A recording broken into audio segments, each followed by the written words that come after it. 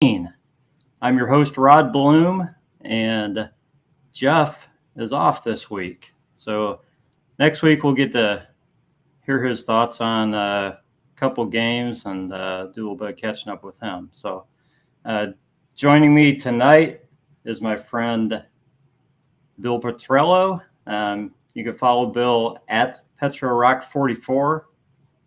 Hey, Bill, how's it going? Looks like Bill is a little bit frozen right now, so he will be back with us momentarily. But appreciate Bill jumping on. Looks like I'm going by myself right now, so I'm sure Bill will get back on with us here. We occasionally have some issues with this platform, and this happens to be one of those times. So first of all, we are part of the Fanatical Elves Network. We'll make sure you guys are checking out the other podcasts. A lot of great podcasts going on. Appreciate everybody on this within the Fanatical Elves, and you can help us out by subscribing on YouTube and on iTunes. You can watch the show wherever you like. Subscribing and watching occasionally on the other formats helps us out. So we appreciate that.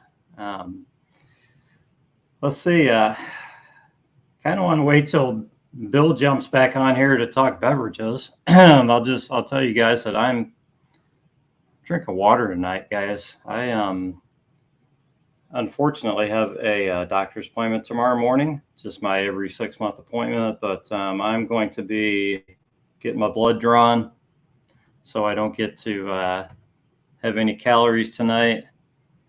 And so I'm doing water. Hey, Bill, do we have you now? It happens. Oh my goodness gracious! It happens to me sometimes. This Riverside dumps me off occasionally. It's happened. So glad you found your way back. I couldn't really talk about you too much, so because it's being recorded and all. So everyone for the record books. Yeah. So anyways, as I mentioned while you were away, I'm drinking water tonight. I got doctor's appointment tomorrow where I'm getting my blood drawn, just my usual thing. So I'm drinking water. You drinking beer that you want to talk about? Drinking my Elliott Ness Amber Lager. Oh, nice one. They had the 12 packs sale where you can get 3 different flavors, and so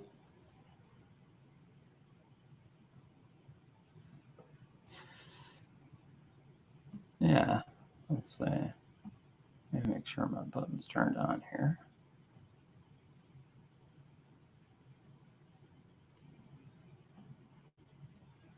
Mm-hmm.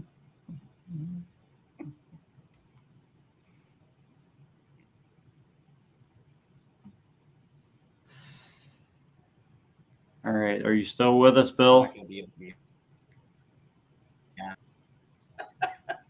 I think we got a little bit of a lag with our stuff here, but the thing with this is it does catch up once it's been once it processes and everything. So everybody will be able to hear all your thoughts and everything, even if I can't hear them. So that's how this platform works. So we're gonna keep trucking. It's just an issue with the internet. So yeah, that's just how it works sometimes. So, anyways, let's jump into some Brown stock. You ready? Let's go. All right.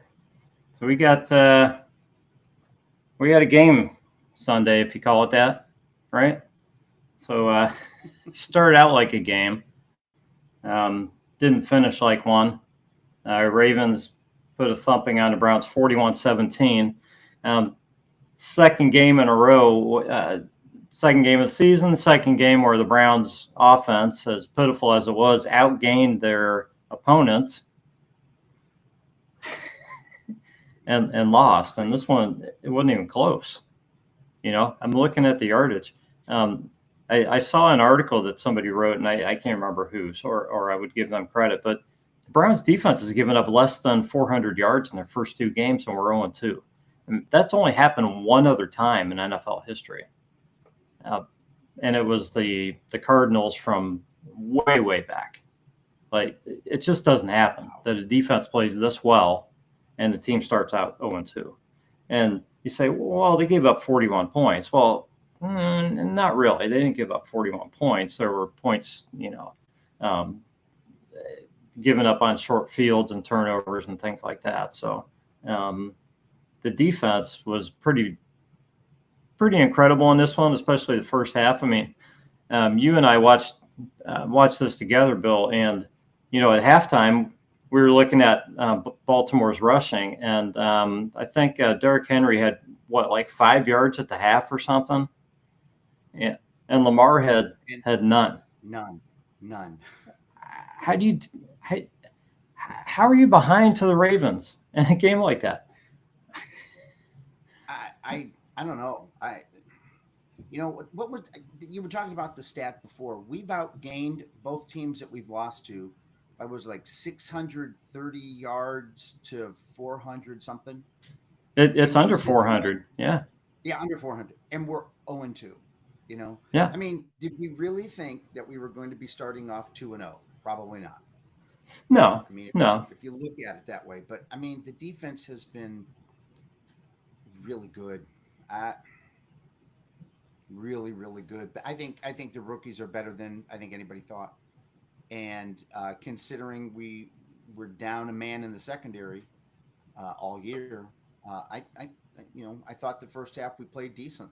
I really did. I mean, geez, we were still in the game. I can't believe we were still in that game. I can't. Yeah. Was it 10-3 at half? 10-0, 10-3, I think. I don't have anything up in front of me.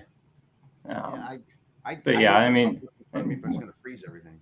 No, we're good. We don't need that. No, I mean, yeah, we were definitely in it. So, and that's the thing with this defense. I mean, if they get anything out of the offense,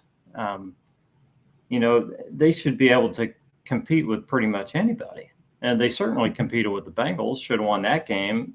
You can't say they should have beat the Ravens, but certainly should have been a closer game than it was, if they would have played cleaner football.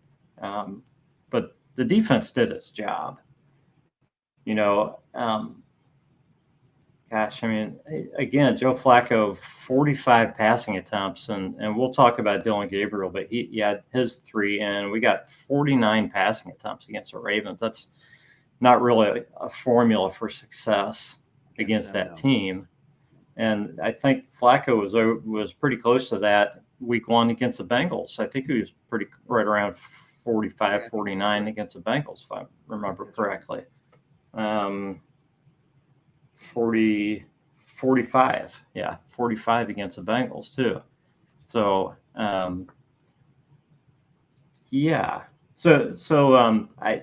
I just wrote down some good.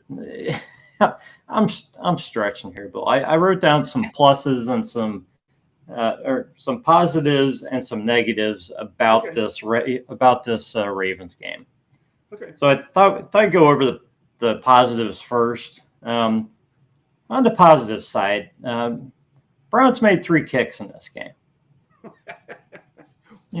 Two extra points. The field goal was a short one, though. Was it like around 35 or so? Yeah, 35, 36, something like that. Yeah, something like that. But we got 3 kicks. We made 3 kicks, so that was good. We didn't see him kick like a 45-yarder, so I'm not like thinking, oh yeah, our problems are solved. We're good, but it was positive. We got Dillon Gabriel's debut. Came in and threw a touchdown pass in garbage time. It is what it is. But I think you take that as a positive. Agree. And then you got Quinshon Judkins' debut. 10 rushes, 61 yards. You know, not bad. I mean, did anybody think he was going to get 10 carries? Well, did anyone think he was going to start? I mean, you and I, when we were sitting No. there going, how he's this much a focus of the club, and he's only been here since really what, Thursday? Because Wednesday he had to go to I New think York, Thursday. Yeah. right? Yeah. So, wow, either he stayed in really, really good shape, which clearly he must have stayed in better shape than a few of our other people who had some issues with cramping.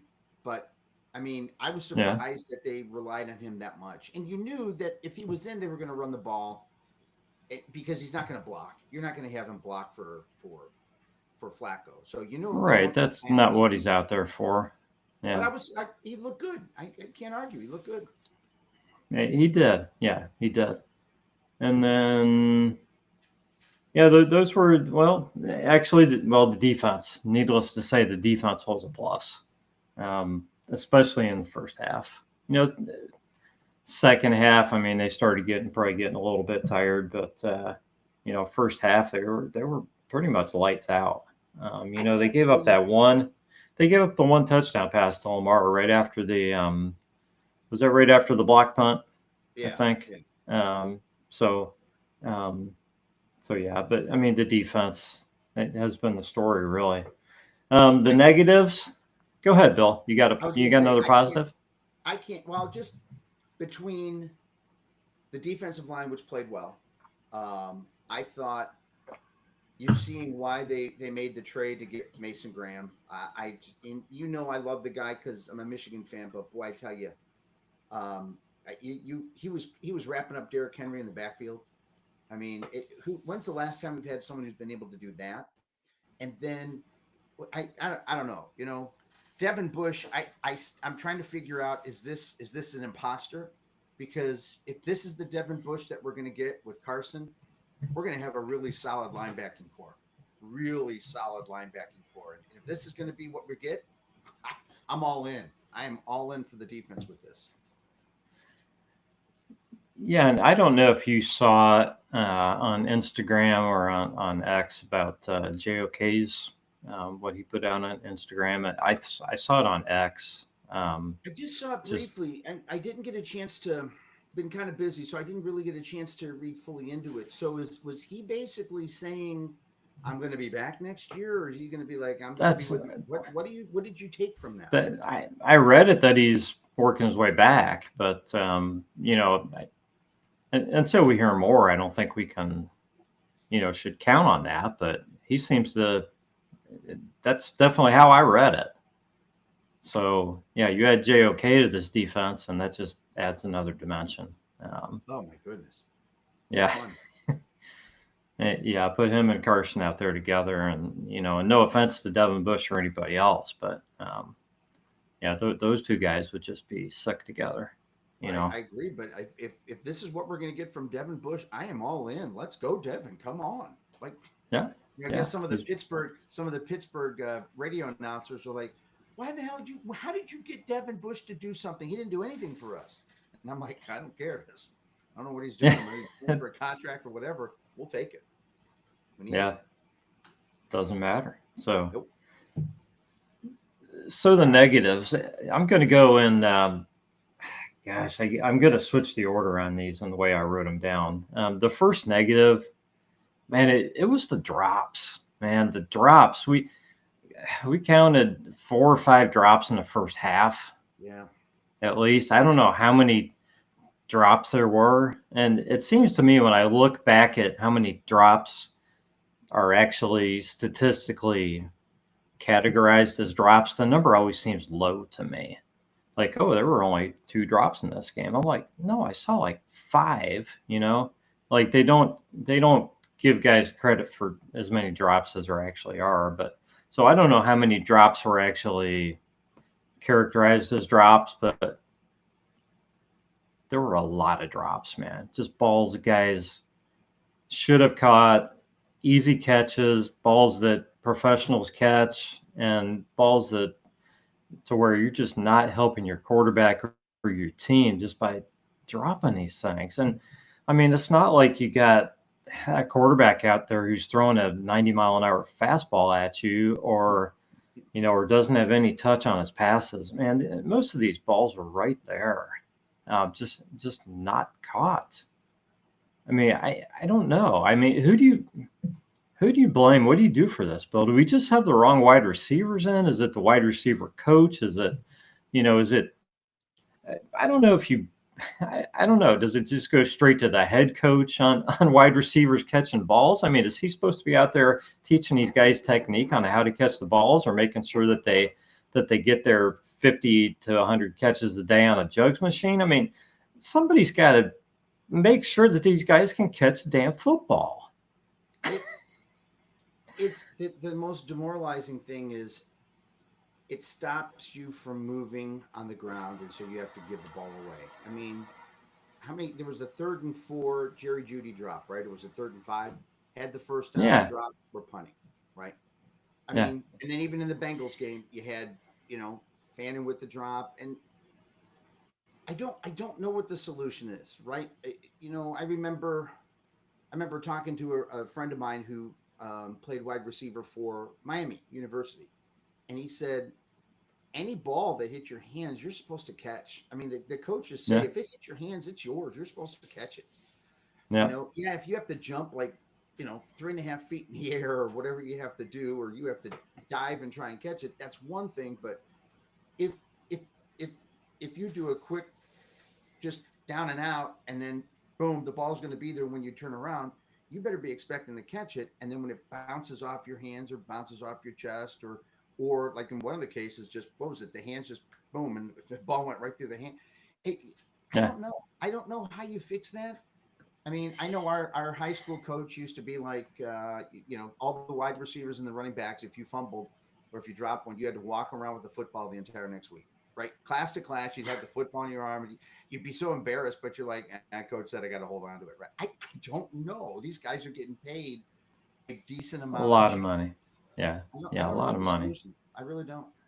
Um, yeah, I mean, it's not like I expect every single ball to be caught throughout a game. I know there's going to be a drop here or there throughout the season, but when there's 5, 6, 7 drops in a game, I mean, it's everything you said it is, Bill. It's just too much, and your offense just can't recover from that, especially when your offense is what the Browns' offense is right now, Yeah. and that's an offense that's not scoring points and not sustaining drives. Um, you need guys to step up, and man, you got to make the routine plays if you're going to expect to make anything beyond that, right? Absolutely. Um, You got to yeah, do the simple stuff, and we're not, and we can be critical of a lot of people, but I thought one of the funniest videos I watched after the game or on Monday was the gentleman who put together 3 minutes and 5 seconds of Kevin saying it's on me, it's my fault, I'm the head coach. And I I actually was kind of laughing at that hard, very very hard. yeah. But part of it, as you're the head coach, if you're going to do this double duty of head coach and offensive guru, why is it the last how many games have we been under 20 points, including I this? think it's 8, or maybe it's more than that. Maybe it's yeah. I heard the number. I can't remember exactly. Yeah. And you look Well, at it's I think it's 8 losses in a row. I think eight the losses in a under row, right? But the 20 20 is less more than 20 like points is 10 or 12 games in a yeah, row, something like something that. like that. And I'm sorry, Deshaun Watson or no Deshaun Watson, how can you not at least get some points? It's mind boggling. It really is just Yeah. mind boggling to sit here and think that this offense can't score. And is it drop passes? Maybe. Is it a lot of Kevin's throws, a lot of his formations were 7 yards or deeper passes, and so it was. I'm trying to remember who it was, and I wish I can give them credit also. So it was a national person, and they were saying how Kevin Stefanski does not use crossing routes at all. Like rarely, if you want to keep linebackers at bay, right? Kevin Mhm. never uses a crossing route. And I'm like, come on, are you kidding me? And this person played in the NFL, and I'm like, well, you would know, I wouldn't. And Yeah. he just thought it was crazy that why not a little 5 yard crossing route at some point, just to keep the defense honest and just to keep the linebackers or a safety from coming in. I mean, it's like Right. you and I talked about it. It looks like Baltimore knew exactly what we were running, especially that second half. It looks like they were just like, oh, it's going to be a pass over here. It's going to be a run over here. And it was a joke. And that's It's like unfortunate. you said. I mean, yeah. Most of the plays. I mean, nothing was going down the field. Everything was within 5 yards of the line of scrimmage, almost exclusively. Uh, yeah, they made it easy for Baltimore's defense, Oh, and without a doubt. it. That's Kevin. That's Kevin and Tommy Reese. Well, I had high hopes for this offense, and I know that at the skill positions we got some younger guys. But most of those young guys aren't playing a ton right now. I mean, you got Judkins, sure, you got Fannin in there, but Fannin is not your number one tight end. You got Jerry Jeudy and your rookie wide receivers aren't out there that much. You've got you've got a ton of experience on the O line. You've got a ton of experience at QB, so you can't really give them too much of an excuse for the rookies because those guys are really, other than Judkins, I think going forward, going to be just kind of part-time contributors. Yeah. I mean, Fannin really isn't playing much like a rookie anyways, other than the one drop, which Agree. we'll forget about eventually if he, has more catches than drops. He's looked pretty good, but I expected more of this offense. Granted, it's only been 2 games. I was very critical of the Browns offense last season and blamed a lot of that on the offensive coordinator and was kind of excited about just getting away from that offense and thought that, just him being gone would, naturally just kind of push the Browns, toward another 7 points per game, and not so much yet. So I don't know. I think they got to do something different. I just don't know how you don't go down the field at all. How you don't try to stretch things at all, which really feels like that's what they've done in these first 2 games. I mean, when you're throwing everything within 5-10 yards of the line of scrimmage, man, that's a dream for the defense. It's like being at the goal line on every play. It's just a lot easier to cover. So you've got Isaiah Bond and you've got some other guys who can run down the field. Man, let them run down the field once in a while. You don't even have to throw the ball down the field all the time. But it just doesn't feel like that's happening. Yeah, It's so strange. I mean, I thought we'd see something different. And, I'm going to be critical of the O line. I know we keep saying what a great O line we have. If we really have a great O line, then why have we scored less than 20 points? Right. Now, granted, I know there's other issues, and I know we've had injuries, and I get all that. And heck, Petonio's back has been bugging him now the past couple of days, so he's questionable for this weekend. And at some point, the offensive line has to step up because we don't have anybody under contract next year. Offensive line starters. We have backups. We have Zinter and we have a few others, but starters, we don't have anybody on signed for next year. So something got to give. yeah, This offensive line got to play better. yeah. An offensive line was one of my negatives. Actually, I bumped them down to number 3, but still a negative. And yeah, it is. I think we hoped that the offensive line would be a strength. With all these guys healthy beginning of the season, you've got a lot of experience there. But are we getting to the point where there's more age than is the age more of a hindrance than than the experience being a plus. And I don't know, maybe that's happening. Browns have not been able to run the ball.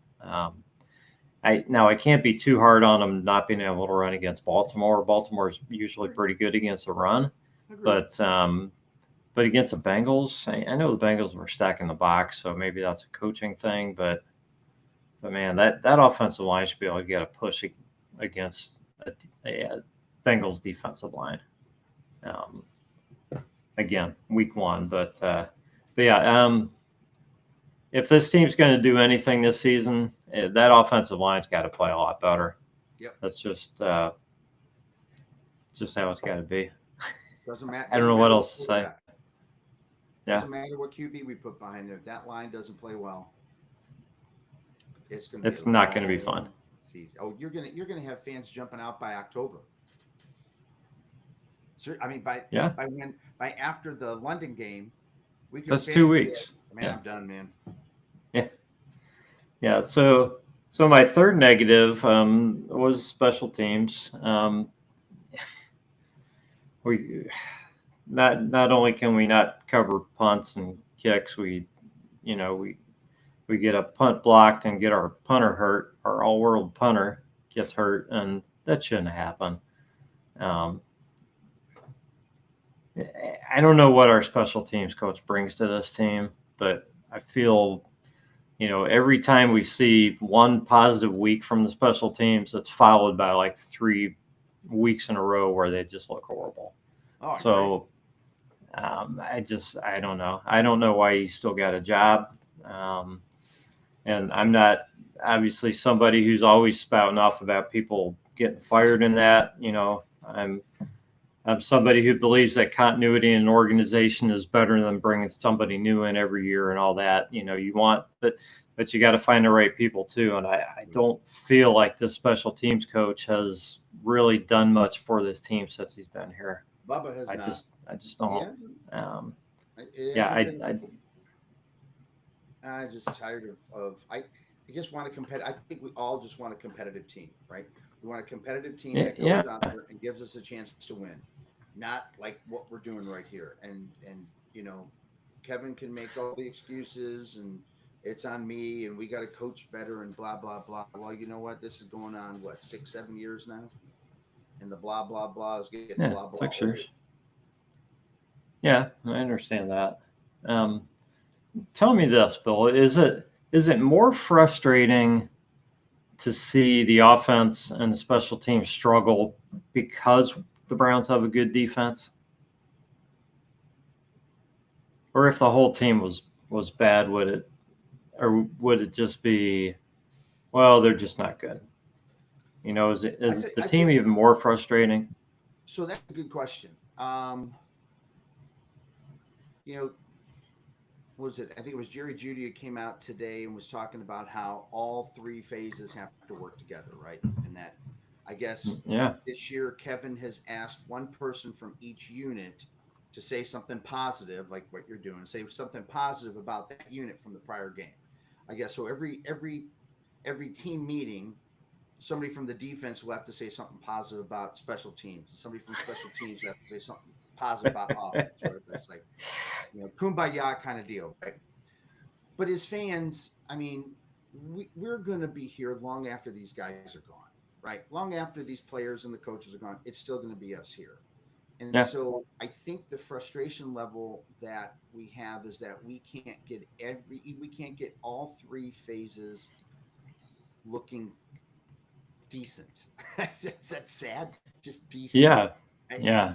And so I think it's frustrating to know that you have such a dominating defense this year. Last year, the defense struggled, right? I mean, I would argue coming out of the chute, I thought our defense played poorly. I mean, just like they thought they were going to do. And then, you look at it, I want to think. It took them a little while to get going last year. Yeah. Like the first 4 weeks, weren't we like the worst defense or like bottom 10? So it's frustrating because all that we want is we want a team that can be competitive, that we can be proud of, players that we can be proud of, that represent our city well. And I think even if we go 5-12. As long as you have that, I think every fan will be like, okay, here's next week. Okay, here's next week. Instead of, okay, here's next week. There's a big difference between those two with the frustration level and everything else. So that's a good question, but I think we are frustrated with it, and you got a new ballpark that's going to be opening. You have to have the fans excited. If you have the fans just like wanting to riot, this is going to turn into a brutal year if that's going to be the case. And that's true. Yeah. For me, I think it's probably more frustrating because of the defense being so good, because I feel like that lowers the bar for the offense and the special teams. It's like, man, the offense doesn't have to be great. They just have to take care of the football and score some points. They're probably going to get some short fields because of the defense. Go out there and score your 20 points. Sometimes, hopefully sometimes they'll even get some points from the defense, if the defense can start creating some turnovers and stuff. Special teams, man, all they got to do is make the average kicks and take care of the football, Now, they don't have to score and do all these crazy special things, because of how good the defense is. And the problem is special teams are hurting us, and the offense really is hurting us too. So, gosh, we just want close to average on both of those. Not, even top 20, even top 60% or something would be okay on both of those sides of the ball. I think this team would be pretty competitive. And, and competitive is what we're looking for. Like you said, you can be competitive and finish 5-12, and be in all your games. Well, they weren't in that game with Baltimore, despite how well the defense played. No. Interception, pick six and strip sacks. It's just it's one ridiculous thing after another. And then we as fans, just when we think we've seen everything, we now see that we have a dominating defense and we have an offense that is, 634 yards or whatever it is. And the defense has held both of the teams that we lost to under 300 each. And yet here we are 0-2, and we're sitting here wondering who's going to be running this organization if this keeps up, right? If it keeps up. Yeah. I know. Yeah. We're going to take a quick break. We'll be back with more of the Browns Blitz in just a moment.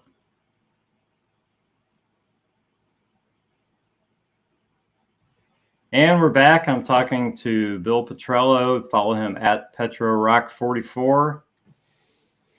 And let's see. We're going to wrap up or talk about the Browns-Ravens game. Let's dive in a little bit more in this organization before we get to the Packers game, Bill, because I've been for continuity. I'm still for continuity. That doesn't mean I want these guys here for the rest of their lives. I'm still for finding guys and keeping them in place. I hate the merry-go-round of coaches and GMs and stuff. It's stupid, because you got to keep changing everything. And some guy comes in and those aren't my guys. We got to get rid of all those guys, even the good ones. And then it takes 2-3 years to rebuild it. And, and I'm not getting any younger. I don't know about you. Maybe you are. No. I can't take 3-year rebuilds and all that stuff, even though that might be what we're in right now. Sadly. So I don't look forward to new coaches and GMs coming in, but, sometimes it needs to happen. But I've been puzzled by this whole thing. Okay. The Browns went 3-14 last year. Very evident after last year that they needed another quarterback. It's how are they going to get out of the Watson thing, and how are they going to find their quarterback? And they've done everything to get a quarterback. They've tried to draft and they did the trade thing, and they brought in other guys, off the street, and just nothing's worked really ever. Not long term, anyways. We've had little spurts here and there, but nothing has worked long term. So now it's like you had that spot, and when they decided that they were going to stick with Stefanski and Barry, Jeff and I said, there's no way that they can expect those guys.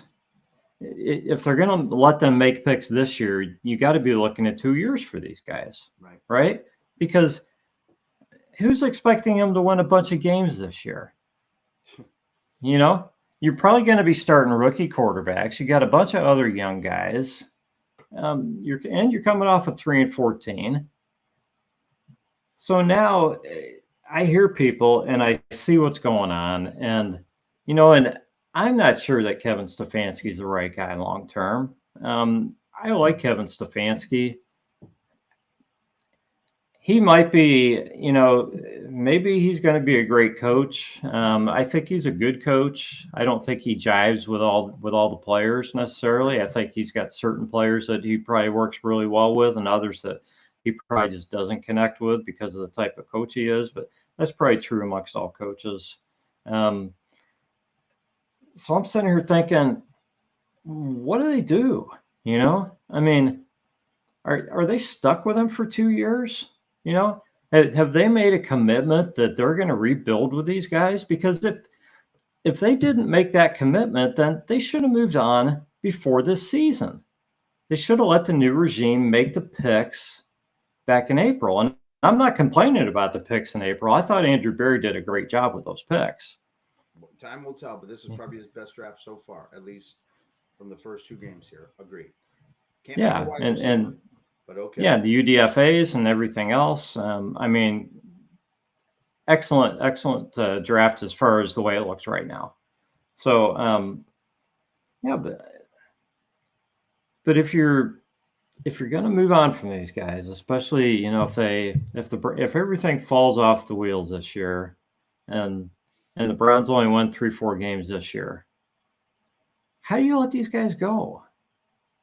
You already let them make these picks. You essentially almost wasted that draft, even, because you don't know who's going to come in. Even though you got Mason Graham and Carson Schlesinger, I can't imagine somebody come in and let those guys go. But still, don't you want the guy who's going to be leading the team for the next few years to be making those picks? It just doesn't make sense to me, the whole thing. So I don't know. I guess I want your thoughts on this, Bill, because I watch and I get a little frustrated with Kevin with some of the stuff he does in games. And and you point stuff out to me, while we're watching. It's like, Kevin doesn't, when something doesn't go the Browns' way in a game, Kevin doesn't say a word to the officials, at least not that we see. He might say a word, but it's that should have gone our way or something like this. It's not getting in their face and yelling at them. He doesn't stand up for his guys, and that's not his personality, I know. Yeah. So, there's things I would like to see out of a coach that Kevin doesn't do. So, I admit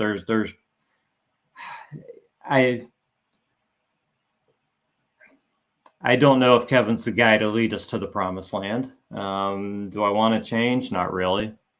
But do I want him fired right now? I don't know. I think after 2 games it's pretty silly to do that, but I don't know. So I don't know. How do you see this, this season and next season, when they're probably still going to be looking for a quarterback, still trying to rebuild this team? Yep. Okay. So, according to a little research, the average tenure for an NFL head coach is between about 3.5 years. Okay. 3.5 years. That's supposedly the average tenure of an NFL coach for the past 4 or 5. I think it's past 5 years is what I found. So if we look Wow. at it that way, Kevin's already beyond that, right? So if we Yeah. just look at that and say, okay, well, Kevin's beyond the average for the NFL coaches right now. Now, obviously, we have you have coaches that have been, Harbaugh's been with the Ravens for a while. I mean, Tomlin with the Steelers. I mean, but you even look at some of the others, like Pete Carroll is no longer with Seattle, right? And when he was with New England, I would say it was almost an abject failure, right? Yeah. Um, so the point that you first made about this may not be the organization for Kevin to take forward. I think that's true. I think this is a guy. This is his first head coaching gig, right? How many? Hmm. If you look back, how many head coaches in any sport have had success with one organization? All right, and I'll go with the Cincinnati Reds to start, right? Sparky Anderson was hired what, 35, 36 years of age, right? Even though he looked like he was 55, 56 when he was Yeah. 35, right? I And always look the same. it was like his first gig, you know? And when you look Yeah. at the domination that he had with the big red machine, you're like, well, anybody could have. And no. Every player will tell you he knew how to communicate with each player. He can communicate with the guy who just made the club. He can communicate with Pete. He can communicate with Johnny. He knew how to keep Johnny and Pete from killing each other. And then he goes to Yeah. Detroit and has the same success, right? Yeah. Um, so when you sit here and you try and I know that's baseball, I get it. Okay. If we just look Yeah. at Kevin right now, right? So it's like 2020, yay, Kevin, coach of the year. 2021, wow, this organization cannot handle any kind of chaos. They can't. They still can't, right? No. No. 2022, 2023. So you see this up and down, and is it because of Kevin or is it because of the players? Now, I would argue that his assistant coaches last year were horrendous. I think that was an. I think, Terrible hires, I but, think. but they're his Yeah. hires, right? If he's the Yeah. head coach, Oh, yeah. there are his hires, and so he should be responsible for all those assistant coaches, from the offensive line coach who was absolutely terrible, right, Yeah. to bringing Dorsey on, and that may not have even been his call, right? That might have been an Andrew Berry call, like, no, we're going to Yeah. go. Yeah. More than likely, it wasn't his. Kevin and Andrew, they're a 2-for-1 package. And if you're going to keep them, you have to keep them both. If you're going to get rid of them, you have to get rid of them both. Do I trust this regime to pick a quarterback? No. Do I trust this regime to pick a wide receiver? No. Have they done okay with this last draft? Time will tell. We really can't tell about a draft really until what? You and I talked about this before. You, me, and Jeff, like what, 3 years before you can really say, yep, that was a good draft, right? Yeah. So I I thought that they were going to, I thought they were gone. I thought they were going to be gone at the end of last year. I was hoping that they were gone. When they were not gone, I was shocked. I'm like, really? So the only thing that told me was that Haslam is like, no, we all made this decision together. We did this whole thing together. This is on all of us. I was the one who wrote the check. Whatever. You sound just like that's a great impression. Well, thank you. Actually, they should get his wife to run. I think his wife runs the Columbus Crew better than he runs the Browns, but that's a different story. That's for another day. So Yeah. if he's going to keep these two guys for another year, what does that also tell the rest of the team, right? Because you and I have talked about this city, Cleveland, has embraced a coach who is not just a tactician, okay, like Paul Brown, but emotional leaders. Paul Brown was an emotional leader. Okay. Sam Ratigliano Mm-hmm. Blanton Collier was an emotional leader. You go back and look at every one of our head coaches that have had some sort of success, right? They all had, Marty Schottenheimer. Yeah. Yeah. they all had some, even Bud Carson. God love the man.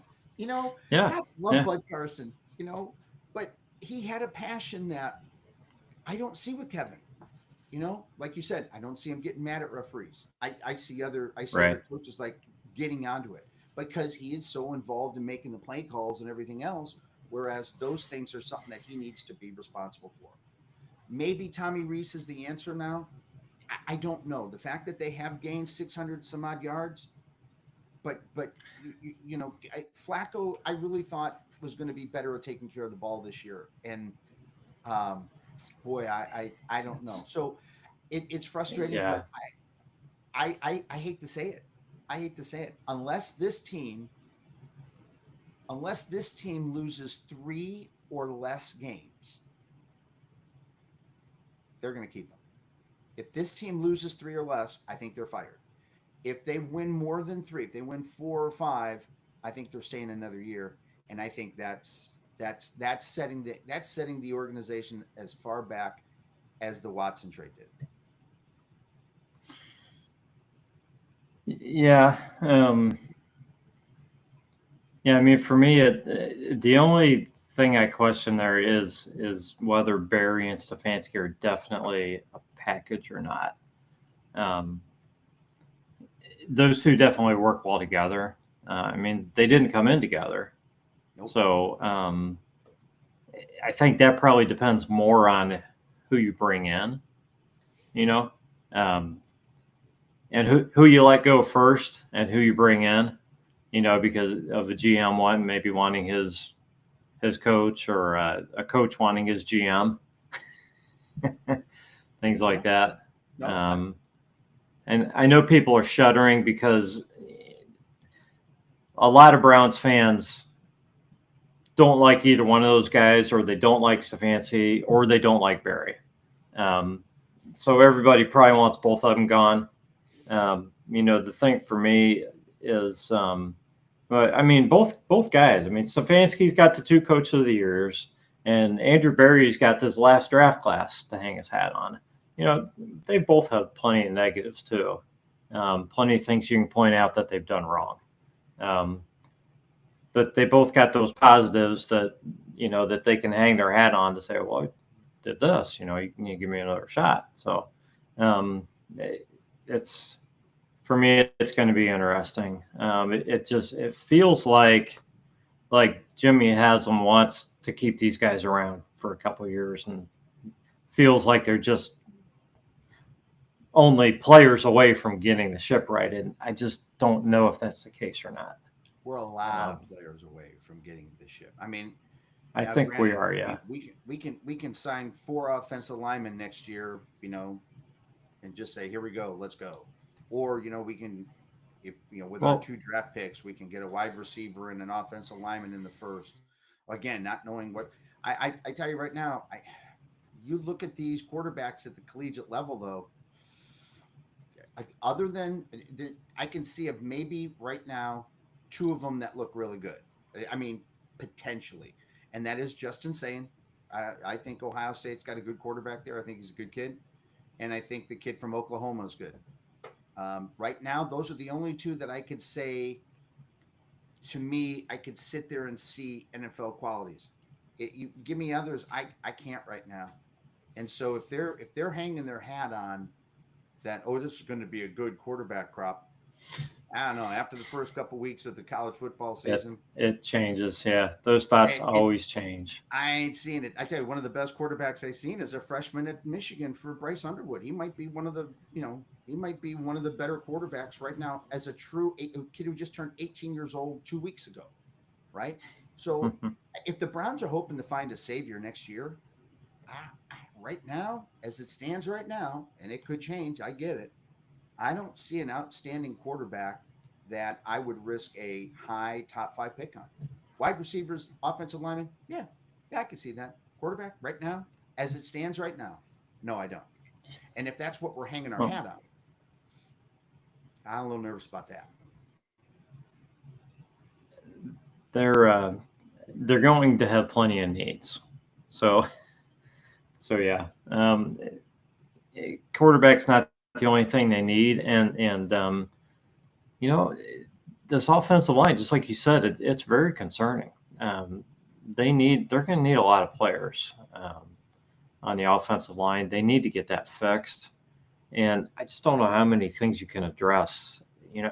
They addressed some positions in the last draft class. But man, gosh, how many offensive linemen can you pick up in one off season? Starters. Well, and it's It's a good tough. point because look at how many quarterbacks have gone down for the NFL so far this year. I mean, that has been A lot. a lot. I mean, we're on the track Yeah. right now to have a whole. I mean, but even was it Kansas City who just inquired for the Browns today about Jerome Ford? That Yeah, I saw something about or that. I something like didn't that. get to see which team it was. Yeah. So between teams looking for not just quarterback help, but there are so many injuries so far this year, and I'm telling you, on a related note, could this have something to do with that players association wanting to cut back on all of the training and everything and those OTAs and all the other stuff? Because I can't remember the past 3 to 4 years this many injuries, and you just shake your head and going, man, Yeah. this is crazy It's because it is. crazy. It's a war. The NFL is a war of attrition. It's a week to week war of attrition. And It whoever's is. going to Yeah. win the Super Bowl is going to be the one who avoids the most injuries throughout the whole year. That's it. I mean, that really is it. And if you have a good coaching Yeah. staff who can get the players coached up and psyched to play and play smart and not play stupid and hold on to the football and be in the right place in the right time for whatever zone you're going to call, you have a chance, right? Yeah. But not if you're the Yeah. I Browns. agree. That's sad. Yeah. Yeah. I mean, yeah. It's interesting because we're so fixated with good reason on finding that franchise quarterback. And then you look around the league and these guys are dropping like flies. That's like, so we're going to take 20, 30 years to find this guy. And then, and the odds are he's going to get hurt. I mean, you look at Joe Burrow and some of these guys, they're hurt constantly. It's like, it's great. It's great to see them play really well when they're in. But man, the quarterbacks, I don't know. I don't know if there's a lot to what you're saying as far as the reason for the injuries, or if it's just the defensive linemen are getting bigger and stronger and just beating the crap out of these guys. Whatever it is, most teams need more than one quarterback now. A lot of these guys, unless you're um, Josh Allen or somebody that's built like a linebacker, you're, a big linebacker. Yeah. You're a, you know, most of these guys are getting hurt every season at some point. It seems like It's it's it's just it's it's a different it's game. it is a different game, and I mean, if we want to segue to Green Bay and the game here, now they just have their tight end that Yeah, may be gone now for a couple weeks, maybe even longer than that, right after the injury today during practice. So I think what Green Bay has like, is it 8 guys on their injury list right now? And I mean, I just had it yeah. open and then my Well, phone closed. Hold on, let me see. Let me see if I can find the Green yeah. Bay. I know they've had some wide receivers down and some other guys too. I got to bring that back up now. Sorry, Well, fans. I had that, it that up and now so it's. that levels the playing field a little bit. I mean, the Browns are at home. Y- you know, the Browns are playing one of the better teams in the league in Green Oh, Bay. they look Green great. Bay's They look great. yeah, they're 2-0. They beat the Lions and the Commanders. The Packers have scored 27 points in each game and held their opponent under 20. So I think this thing we're talking about scoring your 20 and having a good defense, it kind of works if you do it right, you Yep. know. Yep. But yeah, Yeah. the other, and then so the Browns not only have to play them, they're coming off of a Thursday night game, so they got what 2-3 extra days to prepare for the Browns, like they needed that. Oh, and then they put Pierre Strong on their practice squad, so just for the heck of it, so they know, not that they can't tell by watching the Browns play, but they'll also have some a little bit of inside information on them. So Yeah, and um, I think the book is already out on Stefanski, what he likes, what he does, and yeah, if we say what does he do, what kind of offense does Kevin run? It's like 12 offense. There you go, 2 tight ends, a running back. That's it. And then when Dylan comes in, it's going to be a pass. And then when when Quinshon comes in, it's going to be a run. Like, ooh, there we go. Pretty much. Yeah. Yeah. But I mean, I I don't know. It's the injuries are. I mean, ask any fantasy football manager, and they're probably like pulling their hair out. Like, what am I going to do already? Here I am, 0-2, 0-3, 0-4, depending on the league that you're in. And now, like, every quarterback is down. Like, a guy in our league picked Joe Burrow in the first round. I'm like, why are you doing that? Oh, he's going to have a great year. Well, there you go. Okay, buddy. Good luck with Yeah. that. All 2 to 4 games he plays in. If he comes Yeah, back this year, we'll see if he comes back. yeah. Who Yeah. knows? I mean, depending He on may how or may bad it is. not. But I mean, when you sit here and look at even Jordan Love, I didn't realize Jordan Love was on the list too with a thumb injury, even though he was full participant. Oh, I didn't okay. know that he was listed on there too for Green Bay. So that's going to be interesting to watch. Now, might not Yeah. mean much, but I mean, they've had a couple extra days to heal. But when I'm looking at this and I'm looking at knee, ankle, knee, shoulder, oblique, good Lord, Guy's it's kind really of banged possible. up. Well, they're probably pretty happy to have those extra few days to try to Oh get some gosh, guys yeah, well. absolutely. I'm sure they are. Definitely good timing for them. Yeah, I mean, I just look at a few stats. I obviously look at Jordan Love, but I'm trying to compare the Packers, look at how it should be done to the Browns, and how it's not working, despite the fact that the Browns are winning statistically without winning on the scoreboard. Jordan Love in his 2 games, you know how many pass attempts he has in 2 games, Bill? How many? 53 in 2 games. And Wow. Joe Flacco has 90 in 2 games. Wow. And yeah. That's crazy. I Yeah. thought he So threw more than that. Wow. 53. Oh, holy Josh cow. Jacobs has 42 carries in their first 2 games, which, I mean, it sounds like a ton, but 21 a game. I mean, he's a feature back, 42 carries for 150 yards in 2 games. He's averaging 3.6. He scored 2 touchdowns. 42 carries. Guess what his long run is of the season so far on 42 For carries? Jacobs, I'll Yeah. say 9 yards. Actually, one of 15. One for 15. 15 yards. Yeah. Okay. Yeah. But his next longest might be 9. But again, he's got the ankle, and he was a limited participant the past 2 days. So, Yeah. if you had to pick something positive going into Game 3 for the Browns, you got to say, okay, clearly Green Bay's banged up. So it'll be interesting to see who is going to be on the final 53 come Sunday morning for Green Bay, right? And I'll For be Green very Bay. interested See to who's see that. active. Yeah. Yeah, you're right. But because if it's not going to, if they're going to miss, if they're going to have Anderson out, Banks out, Hobbs out. I mean, right there, Anderson and Hobbs out. That's 2 of your secondary, right? I think 2 of your starters. I'm sorry.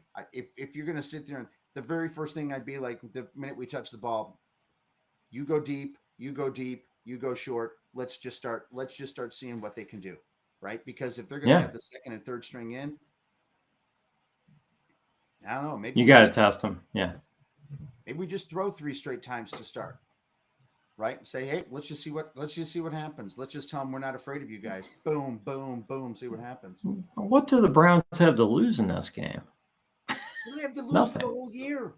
I mean, well, yeah, nothing. Yeah, I mean, especially in a game against the Packers. I mean, nobody gives them a shot in this game. No. I mean, I gave them more of a shot against the Ravens than this one. Yeah. Nobody's giving them do you really think they were going to win? How many games are the first 6 games for the Browns? How many do you think they were going to win? Honestly. I thought they had a real shot against the Bengals, and then I was hoping that they maybe one other game. Okay, so I figured if they went 2-4, I'd be pretty excited and think that they would have a chance to have, maybe have a fair season. Maybe get to 7 or 8 wins if they won 2 out of the first 4 and looked good doing it. I was surprised because Stefanski had never lost the first 2 games his entire career here, right? So every year, first 2 games, he'd either won both or won 1-1. So him to go 0-2 was the first time ever, right? So what happens if you see this is the crazy part.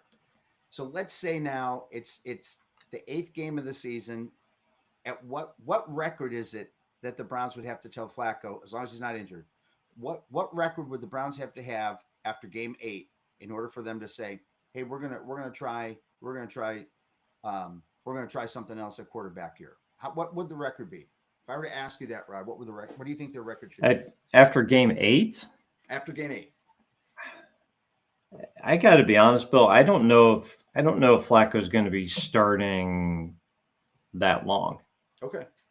After the Baltimore game and I know that they were down so far and it was garbage time them bringing Dillon in, but that almost tips me off to think that if they lose 2-3 more games, if they start off 0-5 even, I wouldn't be surprised if they think Dillon Gabriel's ready to go out and play a series against the Ravens.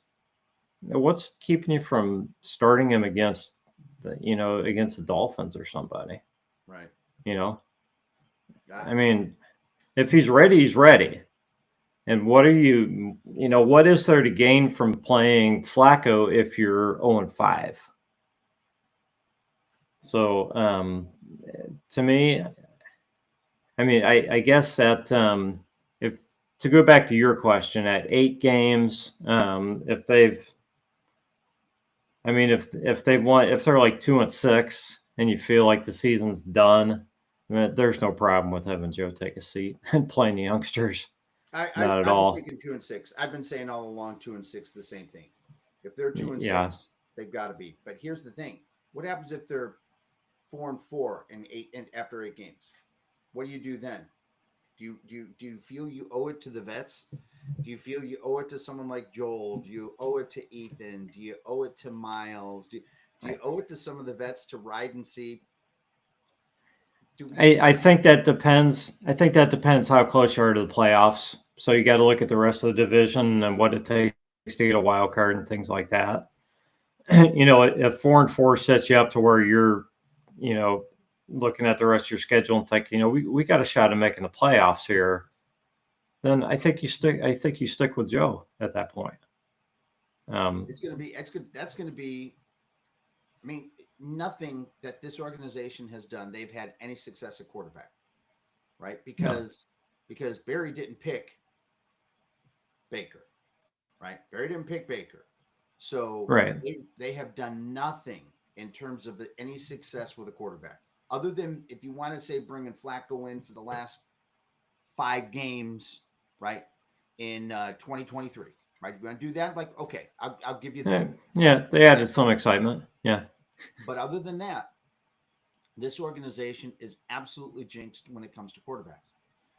And that's why I'm sitting there like, if you're 4-4, I'm not pumped up about some of these quarterbacks at the collegiate level. I'm just not.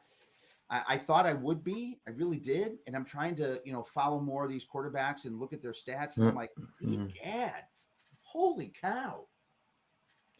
That's not what I thought they'd be right now. And I know it's early. But I mean, 3 games in and you're sitting here looking at it and you're like, man, who's the top quarterback here in the NCAA?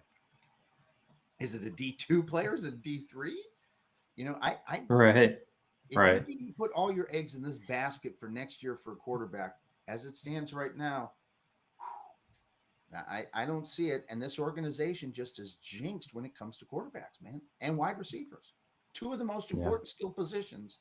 And this organization can't figure out the statistical secret sauce, so to speak, for picking a wide receiver, right? They just can't. Whereas other organizations are like, 5th round, we'll get a receiver. Okay, great. This guy will get like 8. And they work out. Never drop a ball, right?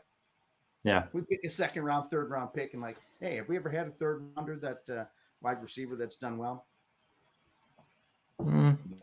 Not like real well long term. No, because we don't keep them long term. No, we don't keep them long. They're gone in 2 years if they're not number one or number two. Mr. So Schwartz, short arm Schwartz. yeah, yeah, But yeah. I of think all the times, if you had to sit there and say the Browns could have a chance in this game. If I were to ask you percentage, what do you think is the percent chance that they win this game? The Browns. the Packers game. Yep. Let me see the Packers. Um, who's actually playing in the game for the Packers? Okay. All right. um, no, I mean I don't give them a real good chance in this game. But it is at home, so but that gives me a little more hope. But What's the line? Do you know what the line is? Did you grab yeah, I've that? got it here because we're gonna close out with predictions here in just a couple Okay. minutes. So, Okay. but yeah, the Packers are favored by 8.5. So it's essentially the same line as the Ravens, with the Browns being at home. And it's 42.5 over under.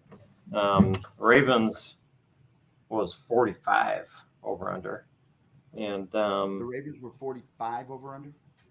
yeah. And by the way, I'm not going to brag on this at all. Yeah, brag. Go ahead. No, I had the Ravens 30-17, and the Browns actually scored 17. But I had the over, and Jeff had 30-13. He had the under, so that was our tiebreaker. So I kind of get a win there, but whatever. We both would have rather seen the Browns win. But yeah, so the over/under is down a little bit. Well, the reason I asked for the spread was, didn't somebody say the point spread dropped by 2 points on Tuesday? So like the opening line on Monday, if I remember right, was 10.5. That was higher.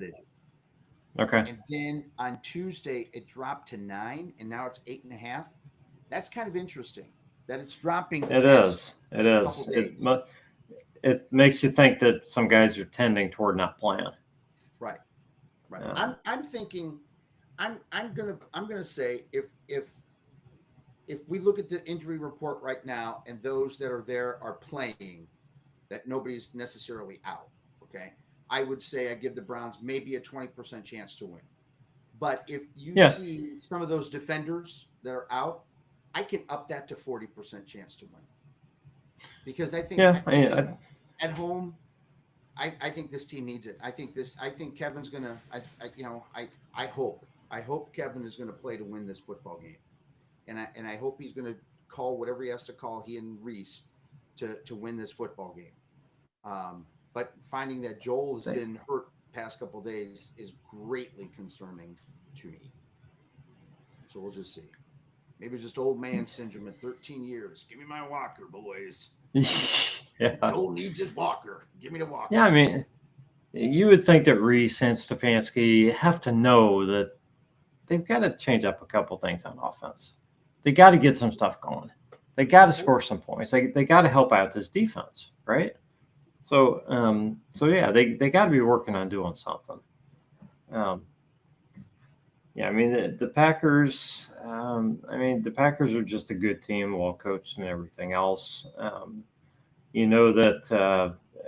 probably the best thing the Browns can hope for is a good game.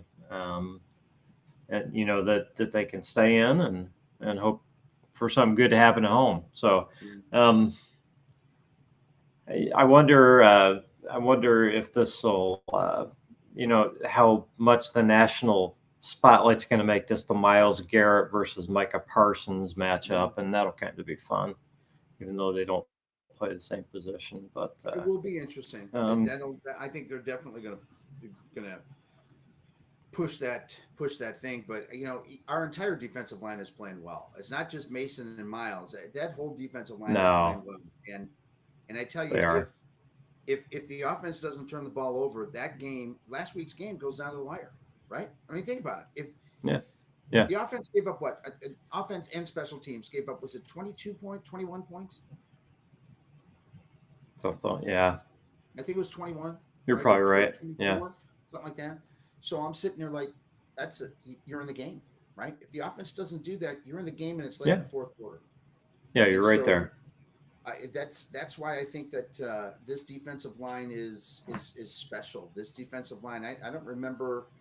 I don't remember the potential of this defensive line being as good, even when it was like Al Bubba Baker and Big Daddy, right? I mean, when you go back and look at those 1980s teams, right, and even if you go back into the 70s, right, with Walter Johnson, Jerry Shirk, I mean, that was a great defensive line, right?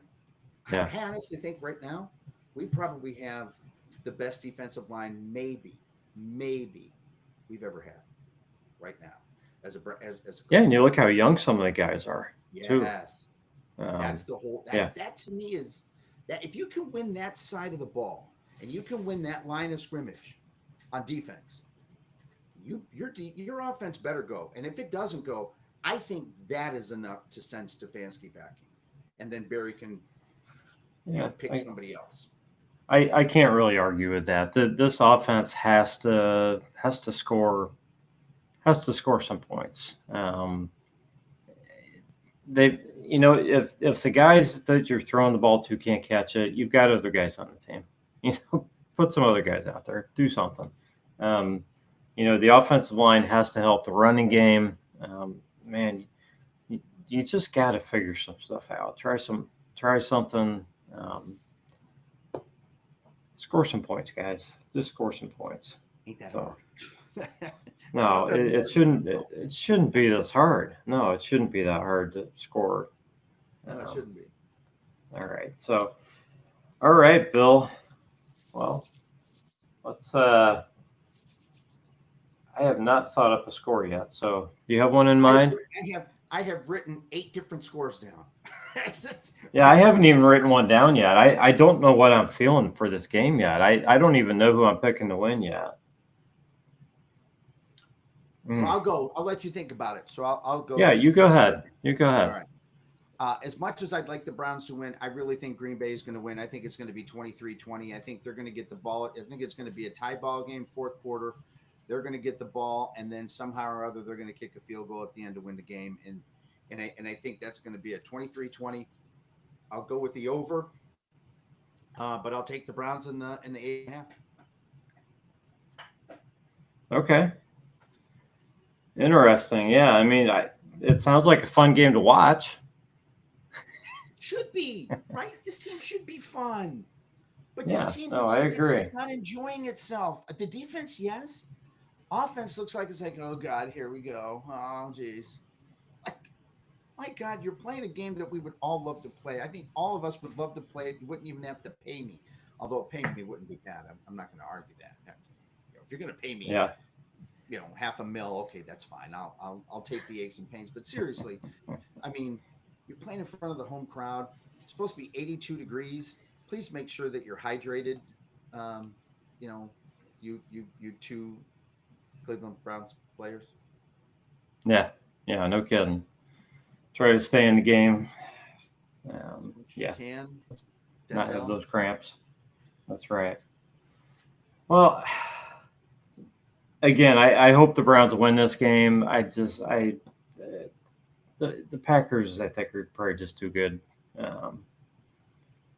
But we'll see. We'll see how many guys they have out. I'm going to take the under in this one. I think you got two defenses that will be up to the task. So I've got the Packers winning 17-13 in this one.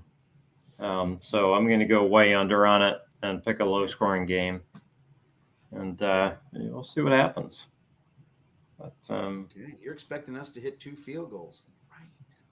Or miss an extra point. I just hope they play cleaner football. Yeah, I agree. I it's just mind-boggling that Kevin says this is a point of emphasis for us this year is to not turn the ball over, dude. If that's one of the main goals that you had set in the offseason, well, you failed after week 2 already, buddy, right? And unless you're going to throw your headset off and get right in front of Flacco's face, which he's not going to do, right? He's not going to. He's not going to do that. That's not him.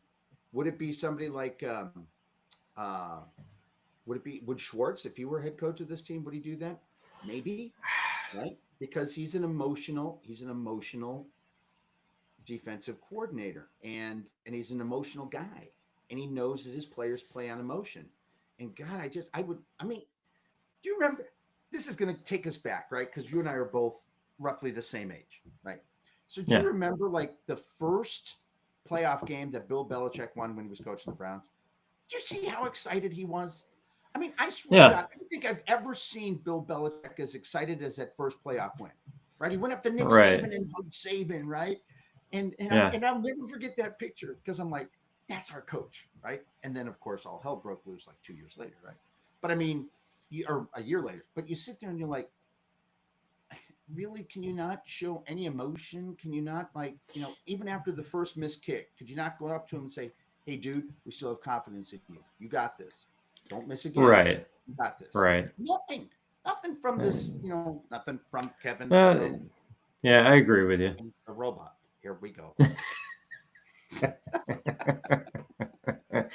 Well, I agree with you there. I mean, it's great if it works for the players, but Kevin here, you look a little bit like Kevin. Yeah. We just really have to coach better, and we tell our guys that all the time. We just really have to coach better, And remember, setbacks pave the way for comeback. Yeah, all right, great, good. I mean, yeah. I just want a guy that's just going to be a little bit more. Well, honestly, I would rather see him take responsibility than say, well, we got to look at the tape. We got to look at the tape. We got to look at the tape. Who said that all the time? Was that? I can't even remember. That was Hugh. Okay. Yeah, Hugh never did anything. That's a long time ago. I don't want to bring him up. I know, but I mean, if Kevin is going to keep saying after every loss, it's on me, it's on me, it's on me, well, then when's Andrew going to say, well, if it's always on you, then I need someone else that it's not going to be on you anymore? And Andrew's not going to do that. I think Andrew's going to. I think the two of them are. I don't want that to be, but I think the two of them are going to be a pair. If he's going to make a decision at the end of the year, I think they both go. It's either none or both. Well, I mean, there's a lot of the season left. What's the betting line on that one? Should we ask Emmanuel Class say that? What, that they're both gone after the season? I mean, heading into the season with these two guys here, I really didn't feel like there was any chance of them being fired before next year, just because of the fact that they kept him for the season, and it didn't make sense to fire him after one more season. It's because you're letting him work with these young guys, pick them and work with them. It's like, why wouldn't you have brought new guys in before? If they fire him after this season, it's just more ineptitude from the Haslams, honestly, for me. And maybe it's because Kevin didn't do his job well enough this year, but it still means that he should have been gone a year earlier, in my opinion. We haven't even talked about Deep Podesta. I really think he is the architect of this entire mess, and why Haslam keeps him far away in San Diego, why he's even getting a paycheck from Haslam, I don't know. I still think Deep Podesta is the reason we're in the position that we're in, and nobody knows what he does. How do we even know? Nobody knows what the guy even does. He stays in San Diego unless everything is good. Then he comes here to Cleveland. But if it's not good, he stays in San Diego, and that's it. He's a mystery man. Yeah, but I like that. He's the guy back there pulling the strings, I guess. Huh? Well, he's the one that did the whole. I think I told you this before, and I've been on other podcasts. I think he's the one that put everything in place for Deshaun. I think he's the one that convinced Andrew Berry. I think he had to convince Kevin, and then obviously I think Berry and he had to convince Haslam. Well, I do think this might not have been Kevin's decision to have Deshaun. I really do. Yeah, I don't think it was Kevin's. I think he was like, I don't think he fit Kevin's offense at all. I don't think Kevin wanted any part of it. He just went along with it, so he would stay here. If he wanted to be a head coach, he was going to have to stay with it. Here, anyways. Yeah. Here's your quarterback. Okay, let's I don't want to work with him. You bring in somebody else to work with him. Oh well. And so they tried, Anyways, and so Ken Dorsey failed. yeah, yeah. uh, Anyways, but yeah, that'll change next year, and I mean, at least some of that money, you know, uh, the money part's going to get better because of him being gone, over the next couple seasons. So hopefully that'll help the team too. So and we're we'll still paying see. Amari, But right? We still paying Watson, Amari this year? yeah, I think so. Yeah, Like yeah. I think 20, he's got the 30 mil still, something like that. yeah, something like that. That's dead cap. We don't worry about dead cap. Okay, whatever. Is It's he it's helping all the dead club? cap. No, It's right not now, my money. not He's helping the not club. helping anybody right now. He's at He might be home. watching the podcast right now. He's enjoying life with his feet up. Like, I got my 30 mil coming to me every 2 weeks. Thank you. Or no, I'm sorry. It's every game week, right? I think it's the game week where they get their checks. I think that's how that works. Something I like think that. so. Yeah, I Something believe goofy so. like that. Like, whatever. And I'm Yeah, sure his yeah. agent's like, this is wonderful. You're doing nothing and you're raking it in for me, brother. Give me my 10% of that. Beautiful. All right. Well, let me get some closing thoughts from you, Bill. We'll get out of here and get to that last day of the week and to the weekend and this game we're waiting for. So I appreciate you jumping in tonight. Really do. Hey, I'm sorry that I had my technological issues. This has been one of the Oh, the not your fault. craziest days to be right in the middle, and all of a sudden you everything go away. I just so I've been really thinking about this. I'm going to be turning 60 years old, right? So um, I go back to, and you and I were talking about this. I go back to my first memory of the Browns being, you know, the the Paul Warfield game for Miami when the Browns were up the year that Miami went undefeated. The Browns were up in the fourth quarter in the playoff game, right? That's one of the first years that I remember as a 7-year-old kid watching the Browns, right? And and I'm still with them. Through all this ridiculousness, through 96 to 97 and 98, we're still here as fans, right? And so, Yeah. what amazes me about the fact that this organization is so tone deaf to the fans at times, it's mind boggling. I mean, I think every sports marketing professor anywhere in the United States should use the Browns as an example of how not to communicate and how not to interact with your fan base. It is just mind boggling that they tend to be so tone deaf in how they handle things. And it it may end at some point. Maybe if this regime ends, if Haslam's like I'm done with this and this just not what I expected or whatever, which I doubt because he's going to be making a boatload of money once they move to Brook Park. But we as Yeah. fans, we deserve more. But the other thing that we deserve is we deserve to hold Kevin and Andrew and everything else to the fire, and we have to hold their feet to the fire. That means we have to hold Haslam to the fire, and the only way that you're going to be able to let them know, because here's the other thing: if by the end of the year that stadium is filled with other jerseys that are not Browns jerseys, I think that's going to force Haslam to make a decision because he's going to look at this, and I think that's going to say the loudest thing from the fans. Like, you know what? I'm going to be here with my dad and my grandpa and my grandmother and my wife and my mother, and I'd rather watch the games here with my family and my house instead of go there. And so, as fans, we have a lot of pull. We really do. Yeah. The best I can say is, man, just stick with it. Do what you think you need to do and what you can afford to do. Because I know there are some people who gave up their season tickets this year, first time in like their entire lives. They did Yeah. not renew, and I think that's where Haslam gets the most. That's the only time that he'll listen to the fans. And other than that, I hate to say it, go Browns. God, I can't believe it's still. Yeah. I'm with you. This has Oh. been the Browns Blitz. We thank everybody for listening and watching, and we will catch you next week. And I will second that. Go Browns.